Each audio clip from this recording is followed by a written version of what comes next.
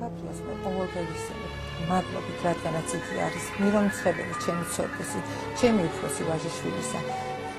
დიდი ბედნიერებაა, როდესაც ქალს უფალი მიანიჭებს დედობის ბედნიერებას.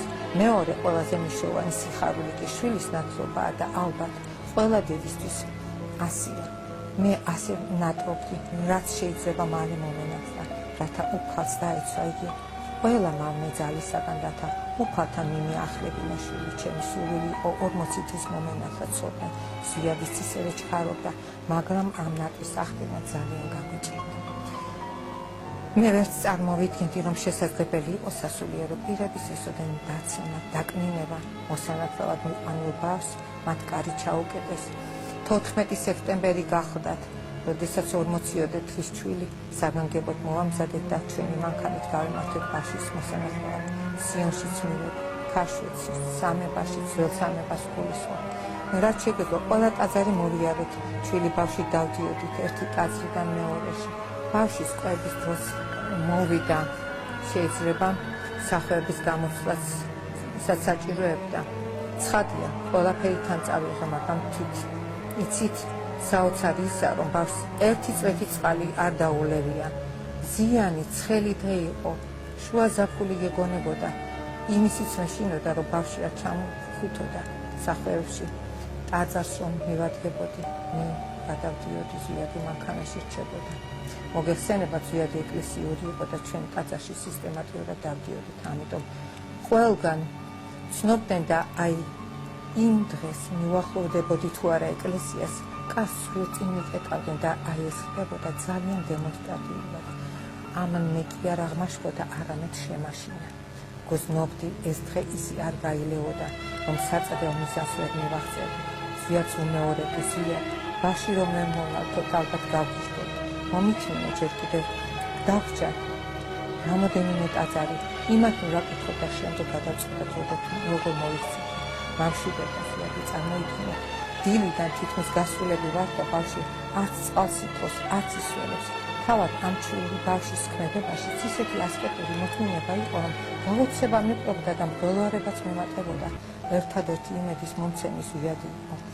თუმცა მასაც უჭირდა ჩემი დაწნარება, რადგანაც უკვე თვალნათლივ ხედავდი იმისათვის, რა უნდა და მე პირისპირებინა, აღარ ვიცოდი, ეს ყველაფერი მომდინარეობდა იქიდან, რომ ზვიადი ებრძოდა საქართველოს ეკლესიაში მოკალათებული უშიშროების აგენტებს, მძარცველებსა და ყაჩაღებს. საქართველოს ეკლესიაში მოკალათებულ ხაბავაზაკებს, შალუტაშვილებსა და კერატიშვილებს. ეს არის ძალიან საინტერესო პერიოდი, რომელზეც ალბათ ცალკე მომიწევს საუბარი, რადგან ეს ცალკე თემაო, საკმაოდ ვრცელი, უდაო, ყველასათვის საინტერესო. როგორ ვითარდებოდა ქართული ეკლესია საბჭოთა პერიოდში, რა წინააღმდეგობებს აწვდებოდა მრევლი და რა ხდებოდა თავად ეკლესიაში. შალუტაშვილი გახლდათ რელიგიის საქმეთა რწმუნებული მინისტრთა საბჭოში. იგი კომუნისტი იყო და მას თავისთავად არც მოეკითხებოდა ქრისტიანული წესების დაცვა. პირიქით, ის და მისთანანი ებრძოდნენ აღდგომას, ნათლობას და ყველაფერს წმინდას, მაგრამ ვფიქრობ, მაინც მეტისმეტი მოვიდა, როდესაც უკვე ბრძანებაც გასცა, რომ ზვიად გამსახურდიაშვილი არ უნდა მოინათლოს. ამაზე დიდი ცოდა. სოდით საკუთარი თავი როგორ უნდა დაემძიმებინა. ჩვენ როგორმე მაინც მომნათლავდით ბავშვს. და ასეც მოხდა. შალუტაშვილმა კი სამუდამოდ აიკიდა იმ დამამძიმებელ სულზე კიდევ ერთი ცოდვა იმასთან ერთად და რაც საერთოდ ქართული ეკლესიის წინაშე აქვს ჩადენილი.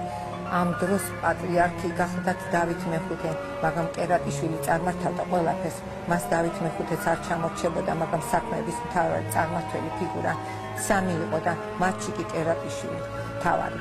კერატიშვილს იცავდა და მფარველობდა უშიშროებაც, ცენტრალური კომიტეტიც, რადგან მათ მიერ გაცემული ყველა ბრძანების იდეალურ შემსრულებლად ეგულებოდათ. მოგეხსენებათ, ზვიადმა ამხილა იგი და საერთოდ ქართული ეკლესიის წინააღმდეგ მიმართული ყველა დანაშაულებრივი ქმედება. სწორედ მათი ბრძანებით ხდებოდა, რომ ჩვენ ვერც ერთ ეკლესიაში ვერ მოვხდით და ვერ მომნათლეთ ჩვენი ბავშვი. მაშინ მითხრა ზვიადმა, მანანა, შენ ნერვიულობ. ახლა წავალთ მამა გაბრიელთან და მამა გაბრიელი შესანიშნავად მონათლავს და ჩაატარებს ყველა იმ რიტუალს, რომელიც ნათლობას ჭირდება. იყო 1976 წლის 14 სექტემბერი. მის სახლთან რომ მივედით, გაოცებული გამოვიდა, ვკითხა, რა მოგიყვანოთ ბავშვი და სიხარულით შეგვიწვია თავის სენაკში. შევედით და ვუამბეთ, ყველაფერი ძალიან გაიხარა. ცდილობდა, რაც შეიძლება გაეჭიანურებინა და ჩაეტარებინა ნათლობის პროცესი და ეს ჩახუთული ბავშვი გამომართა. პაწაწინა ტაბლა ჰქონდა, სულ პაწაწინა. ზედ დააწინა ცოტნე, გაშალა, მაშინ მოსახლეები ზედ ღიმილით ეუბნებოდა. ახლა თქვენო მასე გაშალეთ ცოტნე, მანანას გული უსკდება იმის შიშით, რომ ცოტნე არ დააცემინოს, მართლაც გული მელეოდა შიშისაგან. აქ არაფერი მოუაო, ისე კარგად თქვა, ისე ლამაზად, რომ ყოველგვარმა შიშმა გამიარა, მართლაც იყო ცოტნე ისე ლაღად, ისე კარგად, რომ არც უტირია, არც წყალი დასჭირებია, არც საფენების გამოსვლა. ასე სუფთა და მშვიდად იყო ეს მთელი დღის ნატარები ბავშვი და ელოდა დიდი საიდუმლოს აღსრულებას. 1 საათი მაინც ვიყავით ამ სამზადისში, მოგეხსენებათ, ეს არ არის მარტივი რიტუალი, სწორედ ამ დროს მოვიდა ერთი ქალბატონი. მოხდენილი კალათით მოართვა საზრდო მამა გაბრიელს. თბილი მადლობა უთხრა, არა იმიტომ, რომ დაპურება უნდოდა, იგი ბერულად ცხოვრობდა და მწირად იკვებებოდა. სიყვარულით მორთმეული ძვენი დიდი მადლიერებითა და თავმდაბლობით მიიღო. ზვიადის ლექსი უცნო ჩემს ცოტნეს სწორედ ამ დღის შთაბეჭდილებით დაიწერა. საგანგებო აღნიშვნის ღირსია, თუ როგორ მიიღო ბავშვმა მთელი ეს დღე.